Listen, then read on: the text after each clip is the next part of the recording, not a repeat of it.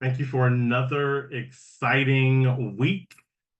Yes, exciting. That's what I said, even though it's a lot of reading, a lot of writing, and then you kind of say, I think I did good enough. And you all did great. I want you to consider that these paradigms are just one or two of many different paradigms.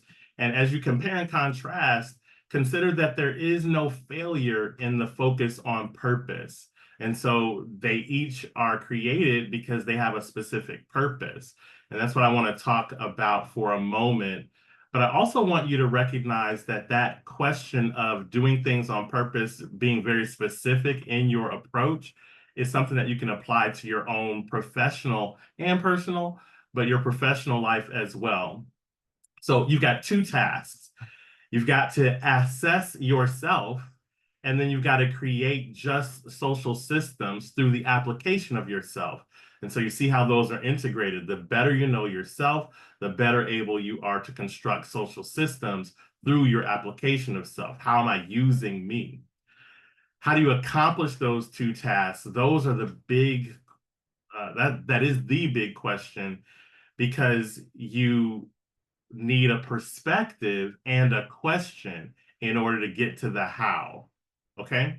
And so the paradigms that you've learned in this week are the how.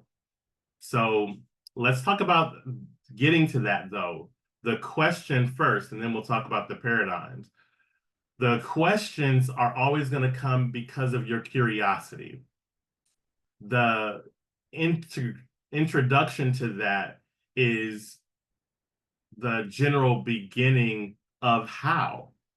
And from there, we get to see what you're really focused on because you add other words to it. How do they, right? How do I, how do we? So you start with how, but then you get into these other kind of focal points, different indications of your intentions, who you intend to blame or seek to empower, and what you will have as capital capacity and context.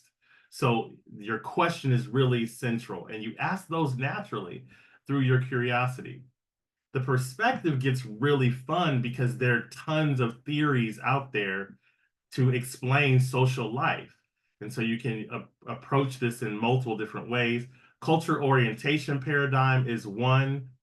Cultural orientation is more the individual, that's the assessment of self. Oppression or power-based paradigm is more that more meso macro. And so you're looking at affecting social systems with that paradigm, both really critical, as you can see, right? Because as a social worker, you want to do individual and social change in the context of an environmental paradigm. So you'll have a good sense of that. So make sure that's really how you see this. There, you can mix and match, you can add others, but it's really an all inclusive, a both and approach to engaging your self-assessment and your social interaction.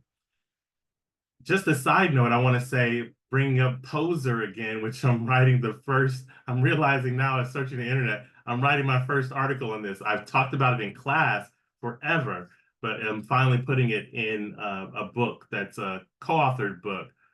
And we'll see if they like it and get it published. I'm also going to write that text myself, a separate text, detailing the Poser in the context of adverse childhood experiences and the responses to that. So you'll see that soon. But this is where Poser really has the potential when you look at the question and the perspective idea. Poser literally stands for perception of self in environment and then the reality that's created there. And so you can see the utility in the model that we're exploring today. The next thing I want to talk about that I saw in your writing is the ego versus contribution of self discussion.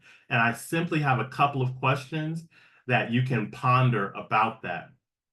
What do I, and this is how I want you to say it, what do I uniquely bring to society in my curiosity, background, and desired lifestyle?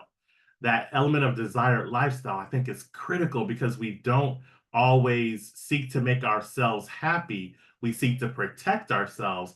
And then we have these weird ways of affecting that aren't always pro-social. The second question is, what is my special brand of brilliance? Rewind that and hear it again. What is my special brand of brilliance? I think those will help you to separate the ego from the self, the protection from the application of the best of who you are.